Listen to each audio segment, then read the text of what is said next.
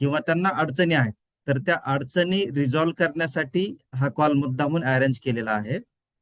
आणि या कॉलमध्ये फक्त टीचर डेटा जो आपल्याला सबमिट करायचा आहे त्याबद्दल आम्ही या ठिकाणी आपल्याला गाईड करणार आहोत. तर टीचर डेटा भरण्यासाठी आपल्याला लॉग इन करायचंय. त्या पोर्टलचं नाव आहे dashboard.uom.edu.in. हे पोर्टल उघडायचं आहे. आणि या पोर्टल उघडल्यानंतर आपल्या कॉलेजला जो युजर नेम दिलेला आहे MU_, या पद्धतीनं जो ईमेल आयडी दिलेला आम्ही, तो ईमेल आयडी आणि पासवर्ड त्या ठिकाणी एंटर करायचा आहे. एकदा तो पासवर्ड एंटर केला की तुम्हाला ओटीपी येईल. या ठिकाणी ओटीपी इथे एंटर करायचा. ठीक आहे. हे झालं तुम्हाला डेमॉन्स्ट्रेशन पुरतं दाखवायला. आता मी लॉग इन करतो ऍक्च्युअल. एकदा लॉग इन झालं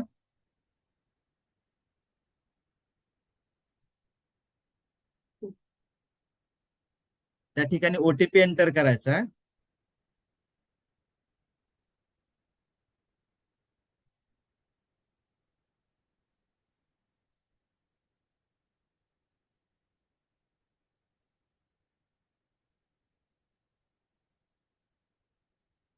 ओटीपी एंटर केल्यानंतर आपल्याला डॅशबोर्डचं जे पोर्टल आहे याच्यामध्ये एक लिंक दिलेली टीचर डेटा सबमिट करण्याची. हा जो टीचर डेटा तुम्ही सबमिट करणार आहात, या टीचर डेटा संदर्भातले जे काही इन्स्ट्रक्शन आहेत ते इन्स्ट्रक्शन तुम्ही या ठिकाणी वाचू शकता. सगळे instructions for uploading teacher data. सगळ्यांनी लक्षात ठेवा, टीचर डेटा अपलोड करण्यासाठीचे इन्स्ट्रक्शन आपण या ठिकाणी दिलेले आहेत. Teacher instruction for uploading teacher data. इथे क्लिक करा. इथे क्लिक केल्यानंतर तुम्हाला एक पीडीएफ डाउनलोड होईल. ती पीडीएफ डाउनलोड करा.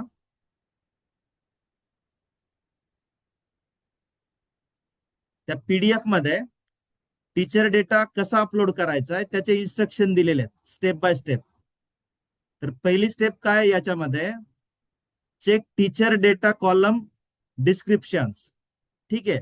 यासाठी आपल्याला काय करायचं आहे, first open teacher data column description, review each column carefully, understand which fields are mandatory, which format is required, date, semester, etc., and then what type of data should be entered, text, number, and date. So you have to follow the step 1 first. How to perform that? How to perform this step? To perform step 1, you have to go to the steps 2. Check teacher sample data. Open teacher sample data. This file shows example values of each column. तुम्हाला काय आम्ही sample data दिलेला आहे तिथे. तो sample data तुम्ही बघा, त्याचं स्ट्रक्चर बघा, आणि ही फाईल फक्त तुम्हाला रेफरन्सला वापरायची आहे.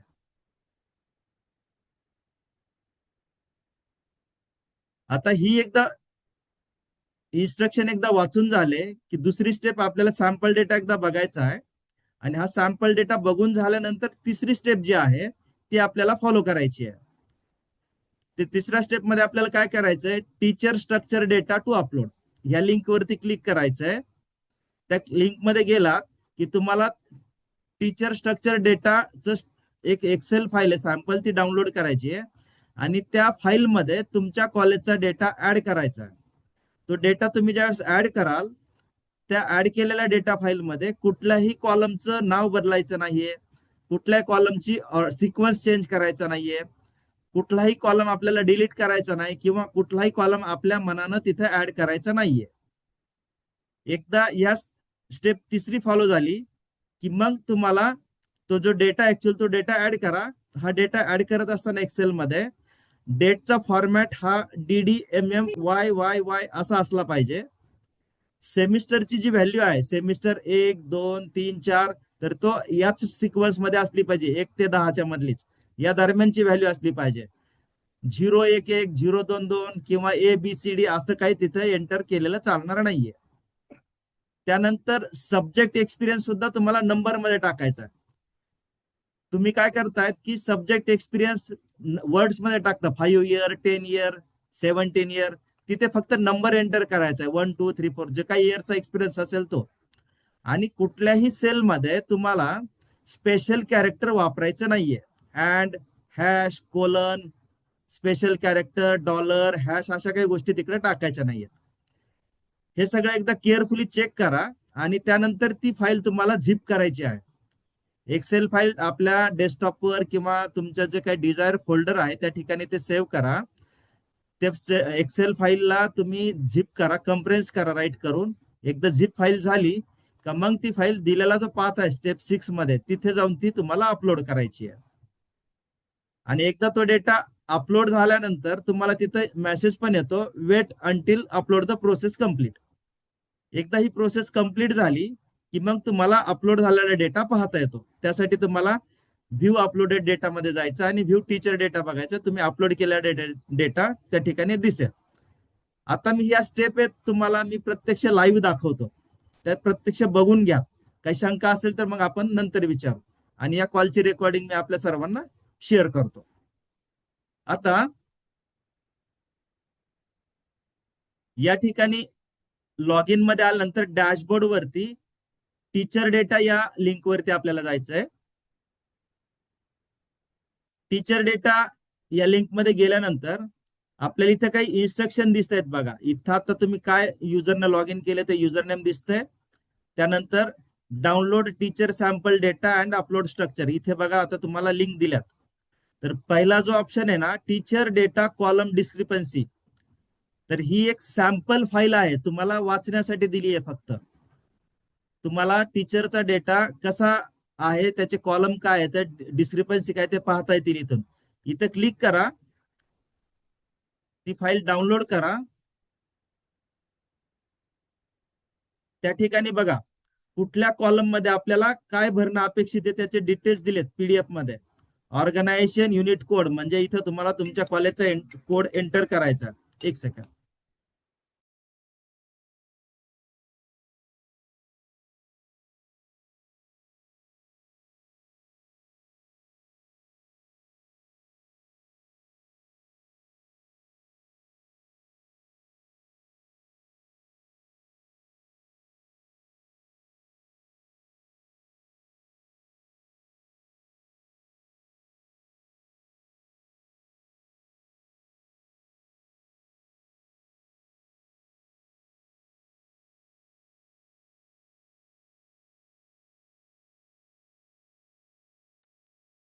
हा, तर ही जी आपली जी फाईल आहे कॉलम डिस्क्रिप्शनची, याच्यामध्ये प्रत्येक कॉलम मध्ये काय डेटा भरणं अपेक्षित आहे त्याची माहिती दिलेली आहे.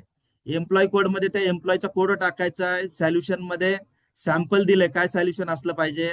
त्यानंतर फर्स्ट नेम, सर नेम, फुल नेम काय टाकायचंय, जेंडर कसं टाकायचंय, तिकडे अपॉइंटमेंटची कॅटेगरी टाकायची आहे, ईमेल आयडी टाकायचा आहे, त्यानंतर मोबाईल नंबर टाकायचा, त्यानंतर ऑर्गनायझेशन युनिट म्हणजेच हा कॉलेज कोडच आहे जो तुम्ही ऑर्गनायझेशन युनिट कोड मध्ये जो कॉलेज कोड टाकणार आहात तोच इथे पण कोड टाकायचा आहे परत. नंतर एम्प्लॉईची डेझिग्नेशन या ठिकाणी एंटर करायची आहे. त्यानंतर नेचर ऑफ एम्प्लॉयमेंट, ते कसे कॉन्ट्रॅक्च्युअल, गेस्ट, परमनंट, ते मास्टर मधनं घ्यायचं आणि तेच टाकायचं आहे. नंतर एम्प्लॉईची टाईप काय आहे, ती टीचिंग, नॉन टीचिंग. त्यांच्यानंतर सिनियरिटी रँक काय आहे, 1 2 3 अशा रेंजमध्ये त्या ठिकाणी एंटर करायचं आहे. इथे टीचर्स अप्रुव्हल विचारलेलं आहे, अप्रूव्ड, पेंडिंग, रिजेक्टेड अशी त्या ठिकाणी व्हॅल्यू टाकायची आहे.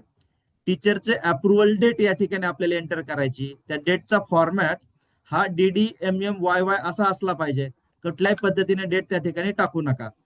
त्यानंतर आपल्याला तिथे फॅकल्टी एंटर करायची, तो टीचर कुठल्या फॅकल्टीचा आहे. यानंतर ब्रांच स्पेशलायझेशन, हे त्या संबंधित विषयाच्या शिक्षकाला विचारल्यानंतर तो सांगेल तुम्हाला, ती ब्रांच स्पेशलायझेशन टाका. सब्जेक्टची ब्रांच त्या ठिकाणी टाका जर ऍप्लिकेबल असेल तर, मॅन्डेटरी नाहीये, इथं स्पष्ट लिहिलं इफ ऍप्लिकेबल. यानंतर प्रोग्रामचा कोड. आता बऱ्याच लोकांना प्रश्न पडतो की प्रोग्राम कोड कुठून घ्यायचा.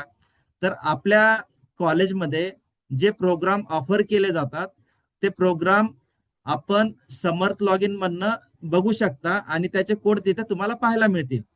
आणि थर्ड इयर साठी ते प्रोग्राम कोड तुम्ही MKCL पोर्टलमध्ये ज्यावेळेस लॉग इन करता तुम्हाला तिकडे पण प्रोग्राम कोड पाहायला मिळतात.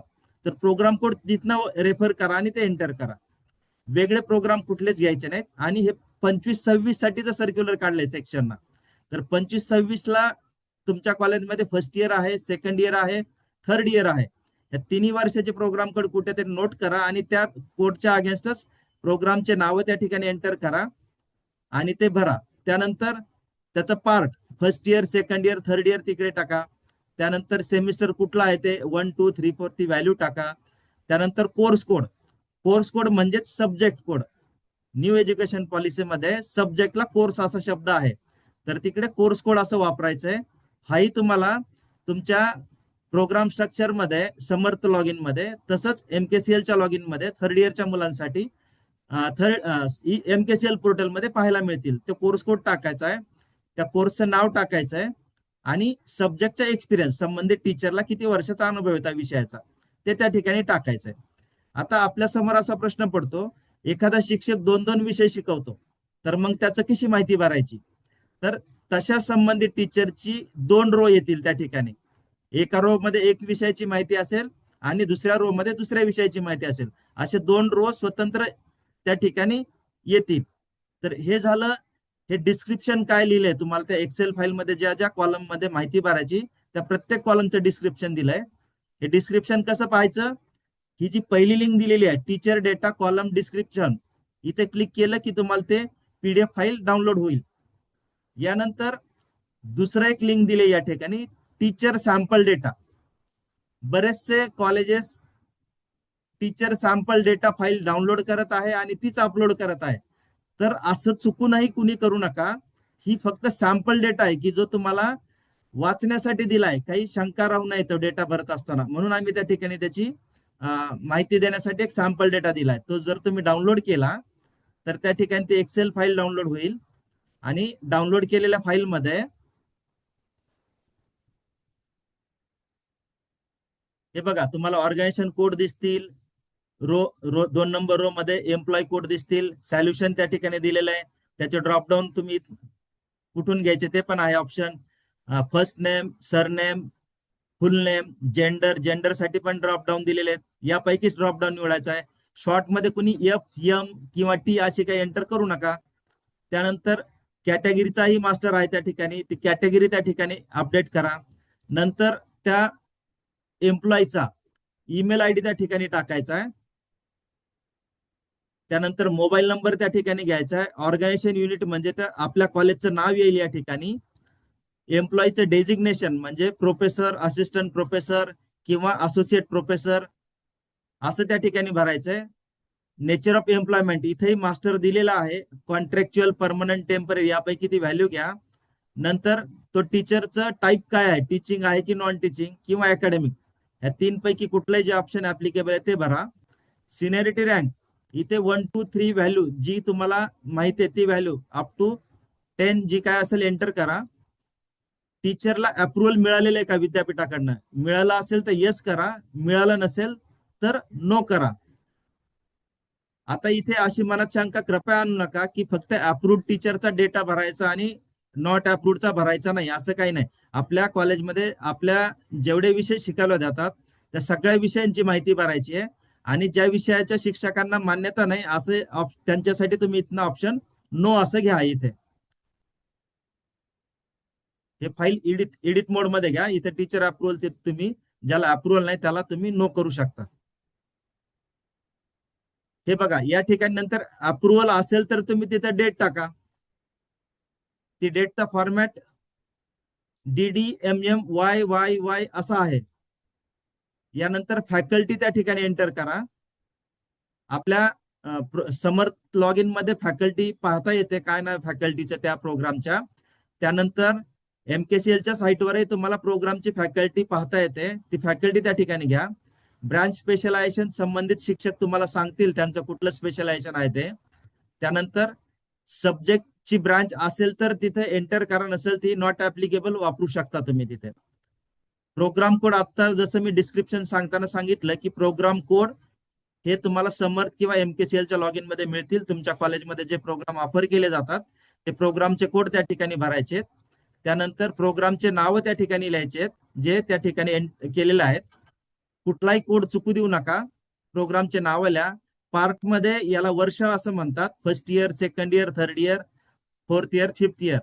तर ते वर्ष निवडा त्या प्रोग्रामचं आणि ते कुठलं सेमिस्टर आहे. त्यानंतर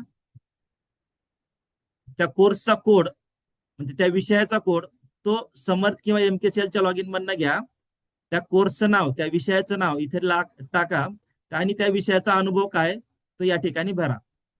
आता एक उदाहरणार्थ दाखवतो मी. समजा इथं हा जो एम्प्लॉय कोड 1 आहे, हाच एम्प्लॉय कोड 1 दुसरा विषय शिकवतोय, तर त्यासाठी पुन्हा इथं एम्प्लॉय कोड सेम जरी आला तरी चालेल, परंतु इथं त्या एम्प्लॉयचा सब्जेक्ट जो आहे इथे प्रोग्राम सेम येऊ शकतो, परंतु त्याचं इथं इयर चेंज असू शकतं. एखादा टीचर फर्स्ट इयरला एक शिकवतोय, सेकंड इयरला पण शिकवतो आणि थर्ड इयरला पण शिकवतोय.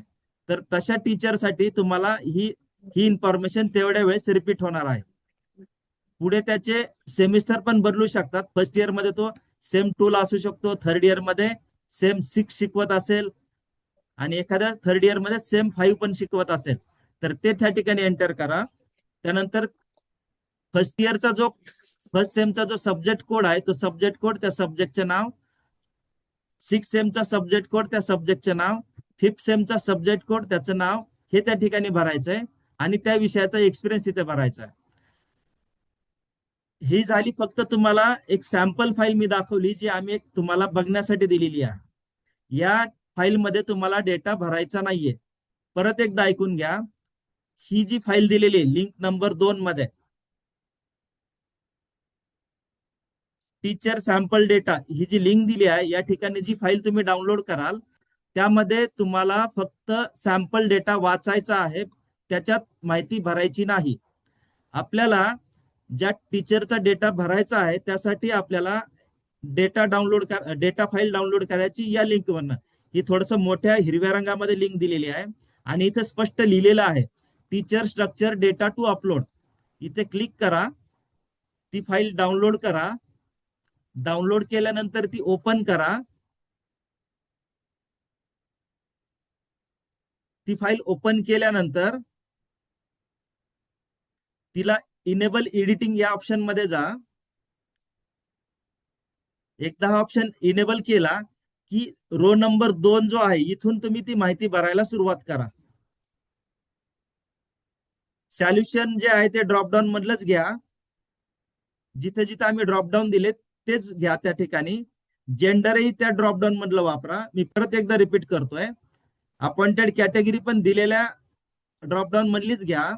Email ID, mobile number proper त्या ठिकाणी एंटर करा. ईमेल आयडी याच्यामध्ये @ हे असलं पाहिजे. काही कॉलेजेस वेबसाईटचं नाव टाकतात आपल्या, हे एकदम चुकीचं टाकतात म्हणून तुम्हाला एरर येतो. इथं वेबसाईट टाकायची नाही, ईमेल आयडी टाकायचा आहे. यानंतर मोबाईल नंबर टाकायचा आहे, तो 10 डिजिटचाच असला पाहिजे. ऑर्गनायझेशन युनिट मध्ये आपल्याला कॉलेजचा कोड टाकायचा आहे. डेझिग्नेशन त्या ठिकाणी टाकायची आहे. त्यानंतर नेचर ऑफ अपॉइंटमेंट हे ड्रॉपडाऊन मधनं घ्यायचंय. टाईप ऑफ एम्प्लॉयमेंट काय, टीचिंग, नॉन टीचिंग, हेही ड्रॉपडाऊन मधनं घ्यायचं आहे. सिनियरिटी रँक इथे 1, 2, 3 जी काय असेल ती टाकायची आहे.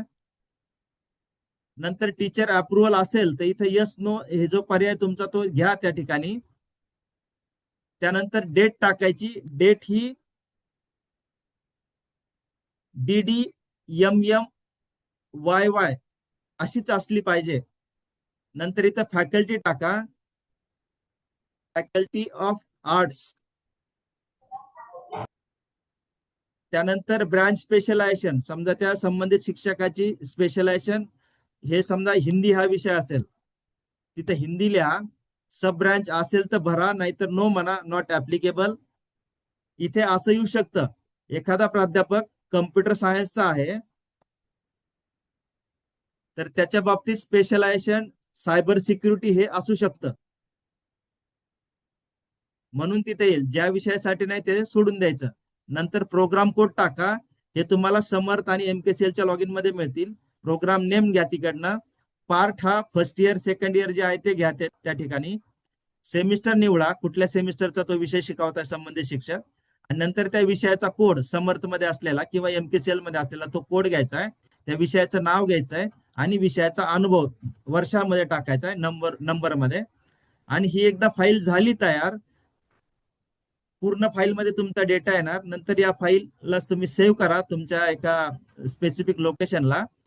सेव्ह झाल्यानंतर तुम्हाला ते जे लोकेशन आहे फाईलचं डाउनलोड केलेलं, जिथं तुम्ही डेटा भरलाय, ती फाईल वरती राईट क्लिक करा. राईट क्लिक केल्यानंतर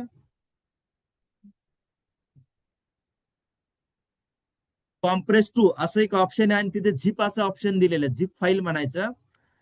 ती फाईल इथे झिप होईल आणि ही झिप झालेली फाईल आपल्याला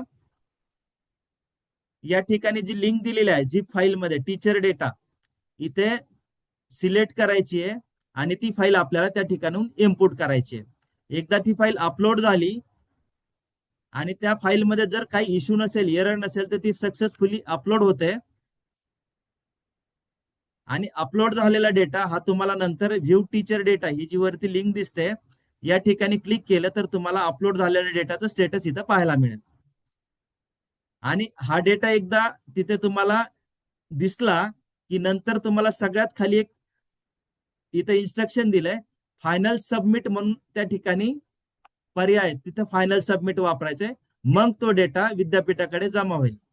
ज्या ज्या कॉलेजनं डेटा हा अपलोड केला झिप फाईल आणि फायनल सबमिट केला नाहीये, तर त्यांनी फायनल सबमिट करा. आणि ज्यांनी फायनल सबमिट केला नाही पण त्यांना परत भरायचा आहे, त्यांना डिलीटचा ऑप्शन पण त्या ठिकाणी आहे, तिथून तुम्ही डिलीट करू शकता. पण एकदा जर तुम्ही फायनल सबमिट केला तर तो डेटा डिलीट करता येत नाही. यानंतर आणखी एक सगळ्यांना सूचना आणि विनंती अशी आहे, डेटा हा आपल्याला विद्यापीठ आपलं कॉलेज म्हणून मागत आहे. तिथं आम्ही आपल्या कॉलेजला असं काही विचारलेलं नाहीये की तुमच्या सेक्शन वाईज डेटा द्या, असं नाहीये. आमच्याकडे बऱ्याच कॉलेजनं अशा रिक्वेस्ट केल्या की आमच्या कॉमर्स सेक्शननं डेटा दिला, आर्ट सेक्शनचा राहिला, सायन्स सेक्शननं भरला, आणखी दुसरा मॅनेजमेंट सेक्शनचा डेटा राहिलाय. तर अशा तक्रारी आम्ही ऐकून घेणार नाही. आपल्याला डेटा हा सगळ्या, तुमचे 100 सेक्शन असू द्यात कॉलेजमध्ये, पण डेटा हा ऍज अ कॉलेज म्हणून सगळ्या प्रोग्रामचा, सगळ्या कोर्सेसचा आणि सगळ्या टीचरचा त्या ठिकाणी अपलोड करणं एक्सपेक्टेड आहे. आपल्याला 14 तारीख दिली होती, तर ती डेट वाढून दिलेली माझ्या माहितीच तो, ती डेट वाढलेली बघा आणि आजच्या आज तो डेटा सगळे सबमिट करा. आता यानंतर जर कुणाला शंका असेल तर वन बाय वन या ठिकाणी मी आपल्याला विनंती करतो की हँड रेज करा. मी एकेकाला विचारेल त्याप्रमाणे तुम्ही मला क्वेरी विचारा, मी तुम्हाला आन्सर देतो. मी आता स्क्रीन शेअर चालू ठेवतो आणि रेकॉर्डिंग स्टॉप करतो, म्हणजे मला ही रेकॉर्डिंग सगळ्या ग्रुपमध्ये शेअर करता येईल.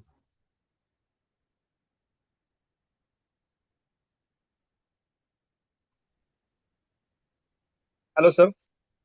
सर एक मिनिट, सर एक मिनिट वेट करा. 20-25 मिनट